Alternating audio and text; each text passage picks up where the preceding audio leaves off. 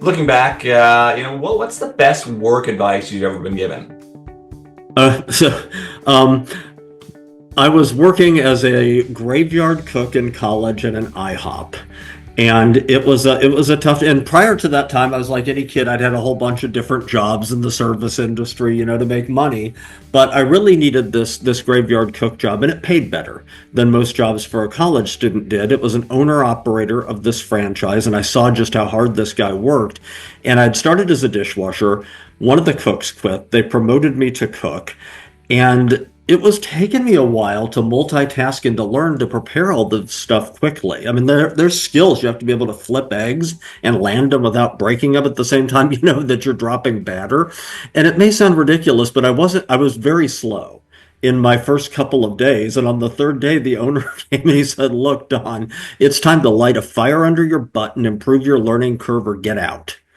And that may not be very beautiful advice that would be on the cover of a book, but I think it is advice a lot of times people need to hear. And what I realized was, I was like, well, how do I do that then? And he's like, when your shift is over, stay, because the more experienced cooks are going to be there, and follow them, shadow them, and watch them and help them and get better. See how they're. And he was absolutely right. It was just sitting there going, oh, yes, I can do four things at once instead of two. And I can think through a sequencing of this.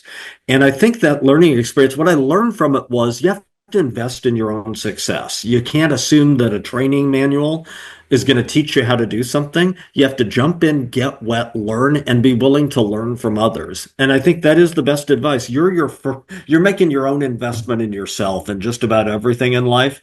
And hard work and willingness to learn has to be right at the center of it. And then the last question we have is, we like to end these to discuss some words of wisdom you may have for, the younger generation who may be in the marketing field and the customer loyalty professionals.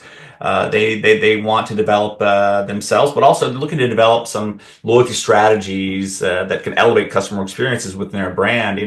What's a piece or two of advice you can give them? Gosh, for that new person or that aspirant that's coming into the market, do something if you can that you're passionate about, that you feel will make a difference and be positive.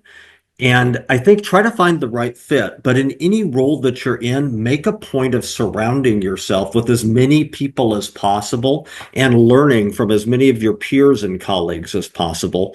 Ask questions, be humble, but also be inquisitive. And know that anything that you see or learn that's in market or standard practice can always be improved, and chisel away at that and start learning and go, what's one thing I can suggest that would augment this journey or make this campaign better or make these benefits pop and resonate, and suggest it. Do those things and learn, be humble, but also innovate and push a little bit where you can, and really find that balance. And know that if you're feeling good about the work that you're doing, and at the end of the day you go home and you're like, you know what, we may have helped our brand make money, but we also made a better experience for customers. You've done your job, and you're on the right track with something that you're probably going to enjoy for the rest of your career. The last question we have, we like to end these with words of advice for someone new or somewhat new, relatively new to the customer loyalty industry.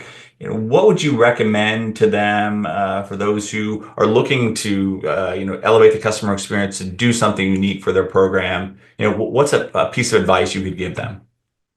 I will bring it back to the customer every time. You need to know who you're focused on, who is your customer, and is that the group that you want to grow with? What is it that you want from them? Is it more items in their cart, more trips to your store or your site? And then kind of identifying that as the problem you're trying to solve for your business. But then you also have to identify what's the problem you want to solve for your customer, and can those be solved with the same solution? But really the foundation of all of that is to know the who. So take the time to really learn who that person is or that group of people are, understand their needs and their wants, understand where there's friction, understand that problem that you think your company can solve for them, and then work into the business problem. What's the best work advice you've ever been given? Here's the best work advice. Number one, there's no room in business to take things personally. The sooner you can remove your feeling that somebody is directing something at you personally, the more mature and the higher emotional intelligence you will have, generally speaking. So that's one thing. The other piece of advice, which is directly in our space, Mark, is one of the hardest lessons I learned is that early in my career, I had held out a control cell, and it was a huge program. And my analytics team held out too small of a control cell, and it basically did not give us the read of the entire 2 years of work that we had done, because our control group was too small to actually read the results. So there you go. There's two pieces of advice. And the last question, we try to end these up with some words of wisdom for marketers or customer loyalty professionals, newer ones who may not be as tenured as you and I are. What are some things they should be considering with regard to their growth, helping them develop effective customer loyalty strategies, and elevating the customer experience? What's a couple pieces of advice you can give to them? Yeah. So there's two things. One is curiosity, and ask the question. If you need to know, don't be afraid to ask. Be curious, explore, excuse me, probe.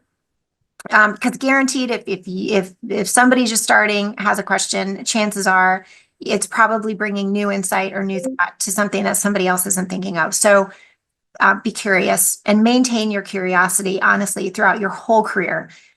Never stop being curious. Always be a learner, always be observant. So curiosity is the one thing. The second one is courage. Have the courage to use your voice. One of the pieces of advice, I got very early on was it can be overwhelming to sit in a room of executives who know each other or have worked together for years. And as somebody, newly in that room, newly sitting around that table, have the courage to use your voice. People, you're there, you've earned your way there. We want to hear from you. Especially those of you who are just starting your career or learning or coming off.